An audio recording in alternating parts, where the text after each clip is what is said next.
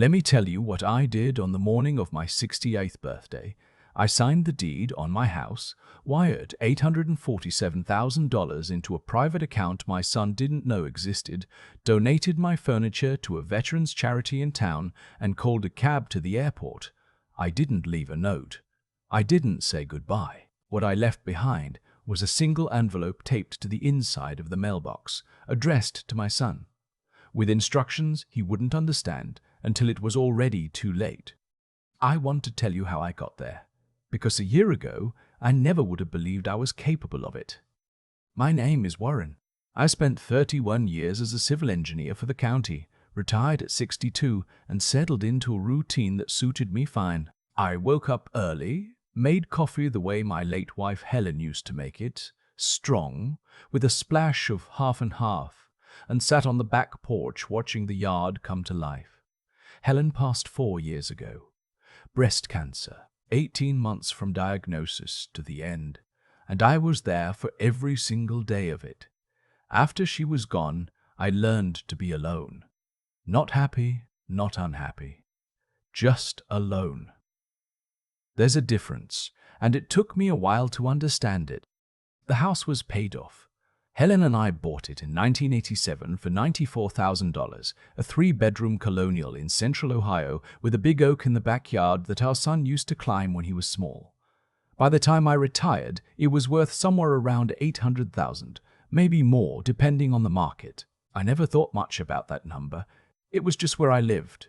My coffee porch. Helen's garden, which I still watered, even though I didn't really know what I was doing. Home. My son. I'll call him my son. Married a woman I'll call my daughter-in-law. I want to be careful here because I know how these things sound, and I want to be fair. My son was never a bad person. He was impatient, a little careless with money, always chasing the next thing. He got that from his mother's brother, maybe. Not from me. My daughter-in-law was sharper, more calculated. She had a way of framing things that made you feel unreasonable if you disagreed. I noticed it early. I told myself it didn't matter. They had 2 kids, a house in the suburbs, a life that looked fine from the outside. What I didn't know, what they didn't tell me until much later, was that the outside was a performance. It started small, the way these things always do. My son called me one Sunday in February, about 14 months before my birthday. He said they were having a rough patch. His landscaping business had a slow winter. A couple of clients had backed out of contracts. He was a little behind on things. Could I help with 1 month's mortgage? Just 1 month, just to get through to spring. I said yes. Of course I said yes. That's what you do. I sent $2,800. I didn't ask questions. I figured that's what fathers are for. Spring came. Things didn't get better, not really. Though my son stopped talking about money for a few months. Then summer. Then he called again in October. This time it was the truck payment, his work truck, which he needed for the business, and also the kids' school tuition because they'd moved them to a private school, and also something about an equipment loan that was coming due. The number he gave me was $11,500. I hesitated. That's when I first felt something shift in me. Something I couldn't quite name. Not suspicion exactly. More like the awareness that I was looking at a pattern forming. I sent the money. I told myself it was an investment in my grandchildren's stability.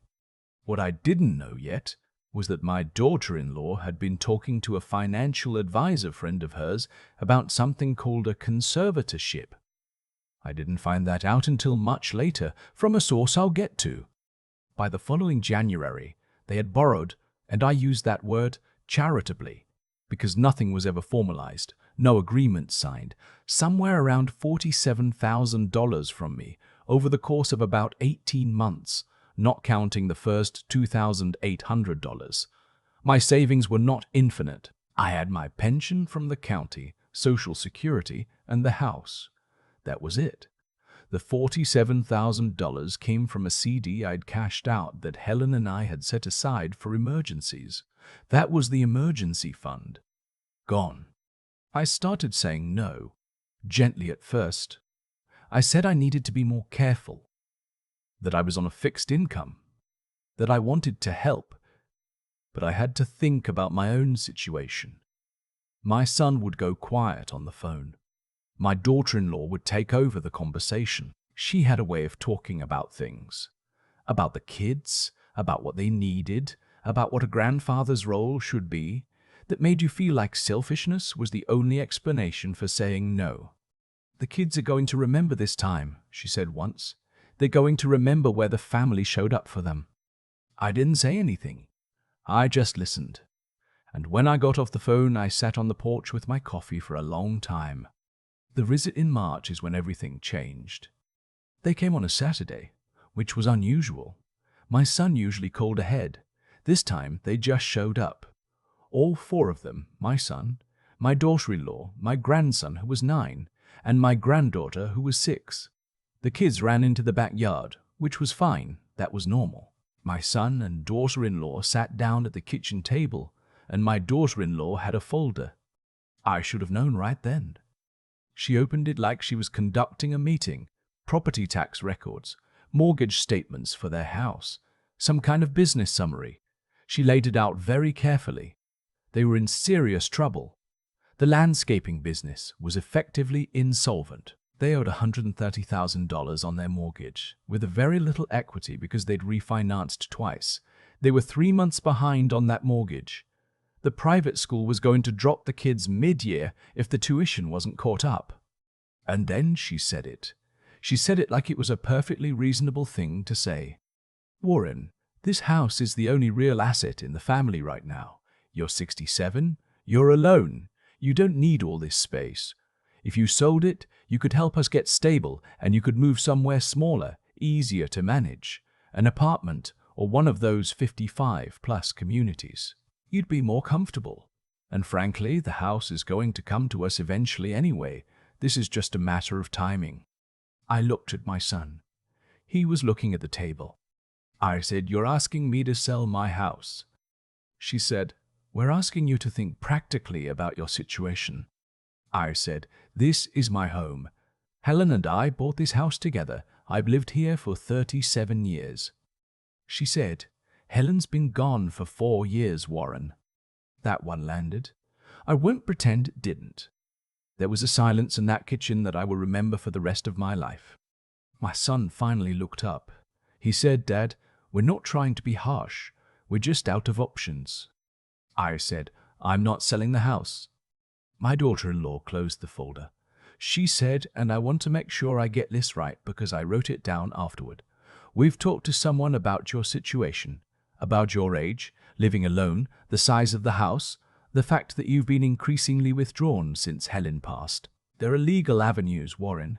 We would prefer not to go that route, but we need you to understand that we are serious." Legal avenues. I understood what she meant. I'd heard about it happening to other people. The idea that they might move to have me declared incapacitated or in need of a guardian, that they could potentially take control of my finances, my decisions, my life. I didn't know if they actually had a case. I was in perfectly good health. My doctor would confirm that, but the threat itself was the point. The threat was designed to make me feel like I had no choice. I said, "I think you should take the kids home now." My daughter-in-law said they'd give me time to think about it. My son didn't say another word. He called the kids in from the yard and they left. My granddaughter waved at me from the car window. That wave broke something open in me that I'm still not sure how to describe. That night, I called an old friend of mine, a man I'd worked with at the county for 15 years who was now retired and living in Scottsdale. I told him everything. He listened the way good friends listen, without interrupting. When I finished, he said, "You need to talk to a lawyer, Warren, first thing Monday." I did. The attorney I met with, a woman who specialized in estate planning and elder law, was direct and clear. She told me that my daughter-in-law's suggestion wasn't entirely without legal basis in terms of process. A guardianship petition is a real thing, but that it required a court finding of incapacity, which I would almost certainly not meet. I was healthy, oriented, capable. She also told me something else, That if I chose to sell my house, I could do so at any time, for any reason, and the proceeds were mine. I could gift money to anyone I chose, including charities within IRS limits. I could move wherever I wanted. I asked her to help me think through some options. Over the following 3 months, I said nothing to my son. I went to family dinners when invited. I brought gifts for the grandchildren. I watched the way my daughter-in-law watched me when she thought I wasn't looking, assessing, calculating, waiting for me to come around. My son was uncomfortable around me in a way he hadn't been before. He knew what they'd done, I think. He just didn't know what I was going to do about it. What I was doing, quietly, was preparing. I listed the house in May through a realtor I found specifically because she had no connection to anyone my family knew. I priced it fairly. The market in my area was still moving. I had 3 offers within 2 weeks. I accepted the strongest one. A young family relocating from Chicago. Both of them professionals, 2 small children. They loved the oak tree in the backyard. I didn't tell my son. I also opened a new account at a credit union in a different city. I consulted with a fee-only financial planner who had no relationship with anyone I knew. I arranged for the proceeds of the sale to be handled in a way that was clean, legal, and entirely under my control. I found a long-term furnished apartment in Lisbon, Portugal. I'd never been to Portugal. Helen had always wanted to go. I figured it was time. The closing happened on a Tuesday in late July. By Friday, I was packed. I had 1 large suitcase, 1 carry-on, and a backpack. Everything else had been donated or sold. The furniture went to the veterans charity. Helen's china went to her sister in Cincinnati, who I'd called and explained everything to. She was the only one who knew. Helen's sister cried on the phone and said Helen would have done the same thing. On Saturday morning, my birthday, I left the house keys for the new owners with the realtor and called my cab. Before I left, I put an envelope in the mailbox. Inside was a letter to my son and a document. The letter was not cruel. I want to be clear about that. I spent 2 weeks writing it, and I threw away probably a dozen drafts that were too angry or too cold. The version I left said what I actually felt, which was something like this: that I loved him, that I had always loved him, that I had been proud of who he was as a child, and I hoped somewhere inside him that person was still there, that I could not allow fear and pressure to make me give away the thing I had spent a lifetime building. That, what his wife had said to me in my kitchen on that Saturday in March, had made clear to me that I was not being treated as a person, but as a resource, and that I refused to be a resource. I was a man. I was his father, and I deserved to be treated like one. The document was a letter from my attorney confirming that the house had been sold, that the proceeds had been placed in accounts in my name, and that I had made legally binding charitable pledges to a Habitat for Humanity chapter, to a veterans housing organization, and to a scholarship fund at the State University in Helen's name, totaling $150,000. What remained was mine, and it was structured in a trust that I controlled, with my friend in Scottsdale and Helen's sister named as co-trustees in case of my incapacity, not my son or daughter-in-law. At the bottom of the letter, I wrote one more line by hand. I wrote, "I'm not gone, but I'm not available to be managed.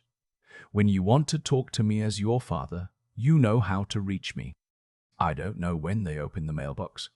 I was somewhere over the Atlantic by then. Lisbon is something I didn't expect. I thought it would feel like running away. It doesn't. It feels like I finally stopped running. From grief, from guilt, from this idea I'd been carrying around that loving people means making yourself smaller for them. The apartment is in a neighborhood called Alfama, which is old and hilly and full of the kind of sounds that remind you other people are living their lives all around you. I wake up early and make coffee the same way Helen liked it. I sit at a small table by a window that looks out over terracotta rooftops. There are cats everywhere in this city. I've started feeding one that waits on my landing every morning. I've named him Chester. The food here is good in a simple way. Grilled fish, roasted potatoes, bread that costs almost nothing and tastes better than anything I paid $15 for back home. I started walking everywhere. I walk 2-3 miles a day just to see things. I've lost 11 pounds without trying. My doctor, I found an English-speaking general practitioner nearby, says my blood pressure is the best it's been in a decade. I've also started talking to people. There's a retired schoolteacher from Iowa who lives 3 buildings over, came here after her husband died 5 years ago and never left. There's an American expat couple in their 70s who have a standing invitation for Sunday dinner that they've now extended to me. There's a Portuguese man about my age who runs a small bookshop around the corner and speaks just enough English for us to have slow, pleasant conversations about nothing in particular. I've started learning some Portuguese. It's harder than I expected, and that's fine. What I did not expect was the call from my grandson.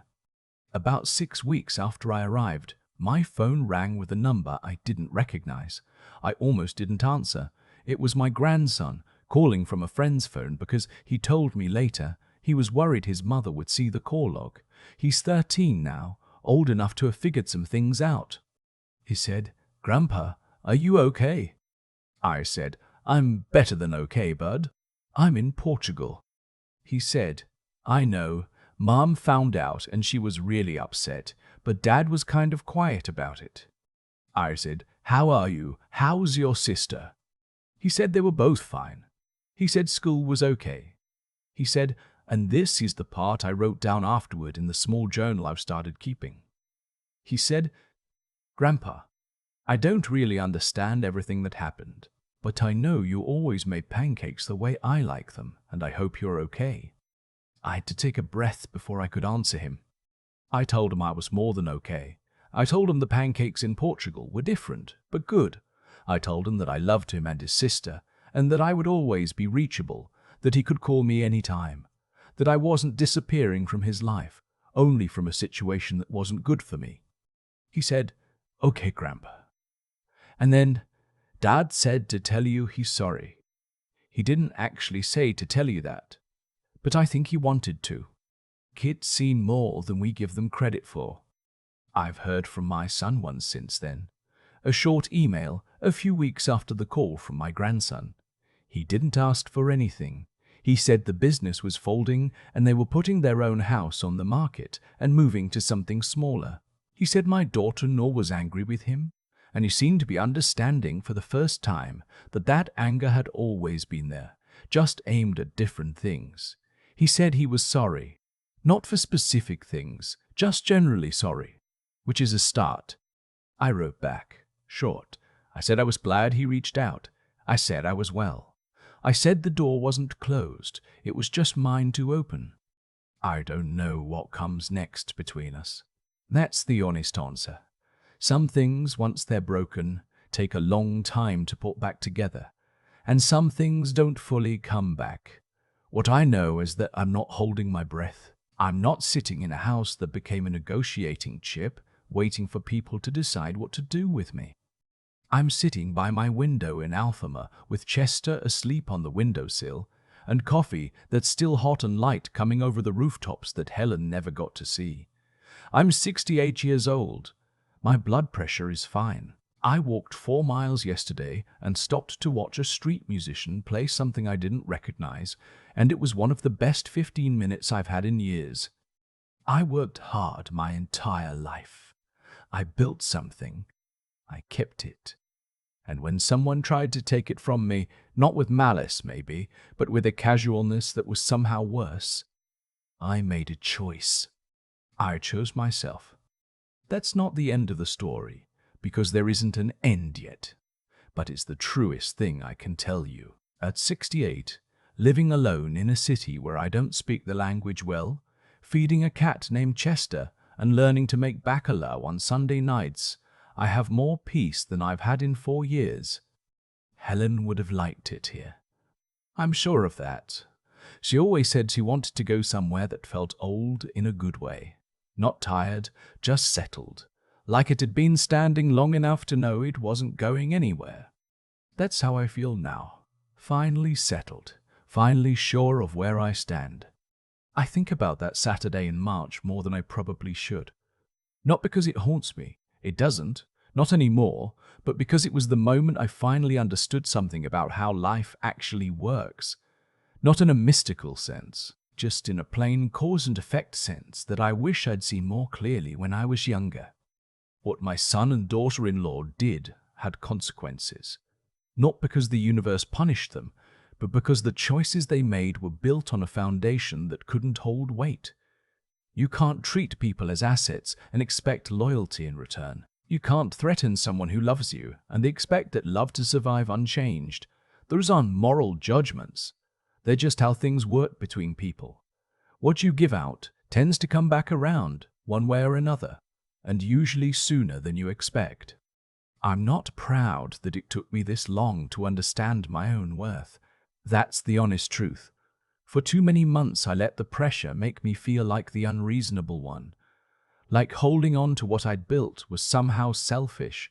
Like needing to be treated with dignity was asking too much. That was a failure of clear thinking on my part, and I own that.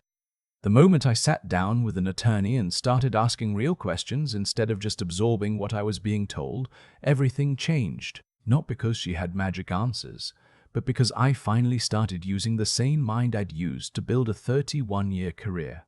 I stopped letting fear do my thinking for me. That, I think, is the thing I'd want anyone in my position to understand.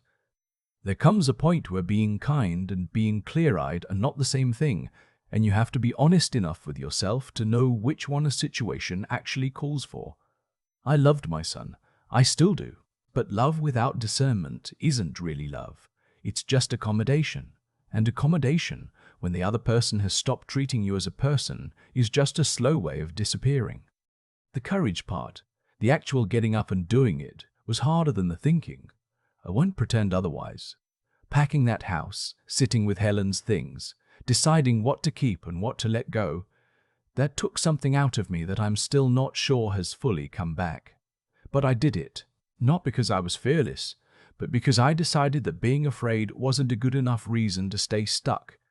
My friend in Scottsdale said something I wrote down. He said, "Warren, scared and moving is still moving." That stuck with me on the flight over the Atlantic. I'm 68 years old, and I feed a cat named Chester on a landing in Lisbon every morning. I walk 4 miles a day. I'm learning a language badly and enjoying it. I made a donation in Helen's name to a scholarship fund she never knew about, and somehow that felt like the most right thing I've done in years. What I left in that envelope wasn't revenge. It was a boundary, written down and made legal. It said, "I see what happened here. I am not going to pretend otherwise, and I am choosing myself anyway." Not out of spite, out of something closer to self-respect, which, as it turns out, is the only thing nobody else can give you or take away. Chester is waiting, the coffee is hot, the rooftops are turning orange in the morning light. That's enough. That's more than enough.